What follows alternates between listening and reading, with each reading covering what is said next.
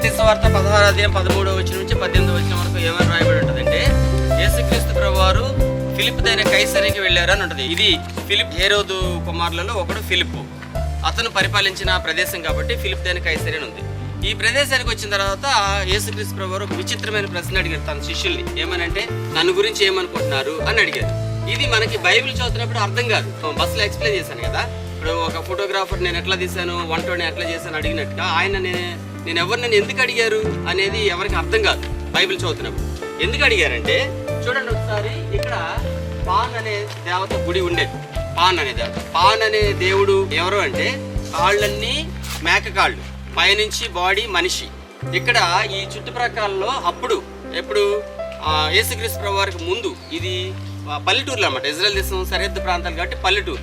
ఇక్కడున్న ప్రజలు మూఢనమ్మకాలతో పాన్ అనే దేవతని ఆరాధించేవాడు. కాబట్టి వాళ్ళు ఏం చేసేవాళ్ళు, వాళ్ళు పెంచుకున్న మేకలు తీసుకొచ్చి ఇక్కడ పాన్కి బలిచ్చి దాన్ని కాల్చకుండా సమాధులు చేసేవాడు. పైన మేకల్ని సమాధులు చేసేవాడు. పాన్ అనే దేవతని ఇక్కడ ఆరాధించేవాడు. నెక్స్ట్ అటువైపున ఇక్కడ హెరోద్ ద గ్రేట్ ఏం చేశాడంటే, సీజర్ అగస్టస్ కోసం, సీజర్ అగస్టస్ అప్పుడు యేసుక్రీస్తు ప్రభువారి కాలంలో చక్రవర్తి ఎవరు, జనాభా లెక్కల కోసం కైసర్ ఔగుస్తు వల్ల ఆజ్ఞ అని ఉంటుంది. అంటే ఆ రోజుల్లో సీజర్ అగస్టస్ చక్రవర్తి పరిపాలించేవాడు అతను. కాబట్టి అతన్ని మెప్పించడం కోసం అతను ఇక్కడ ఒక గుడి కట్టాడు. సీజర్ అగస్టస్ కి ఒక టెంపుల్ కట్టి, నువ్వే దేవుడు అని చెప్పేసి అక్కడ గుడి కట్టి అందరూ అతన్ని ఆరాధించేలా అతను చేశాడు. ఇక్కడేమో పాన్ అనే దేవత, అక్కడేమో సీజర్ అగస్టస్ కి టెంపుల్. ఇక పైన చూస్తే ఇంకో టెంపుల్ బయలుదేవత గుడి ఉండేదన్నమాట. సో వాళ్ళందరూ బయలుదేవతను ఆరాధించేవాళ్ళు.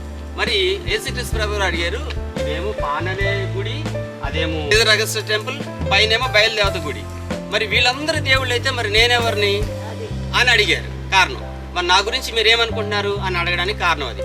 అప్పుడు ఆయన పేతురు ఏం చెప్పాడంటే, నువ్వు సజీవుడు అయిన దేవుని కుమారుడు అని చెప్పాడు.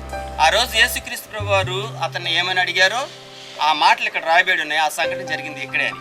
దీన్ని మనం ఇలా తిప్పినప్పుడు, ఇలా తిప్పితే కింద అక్షరాలు ప్రింట్ అవుతాయి. రివర్స్ అద్దంలో లాగా ఉంది. అదే అదే అది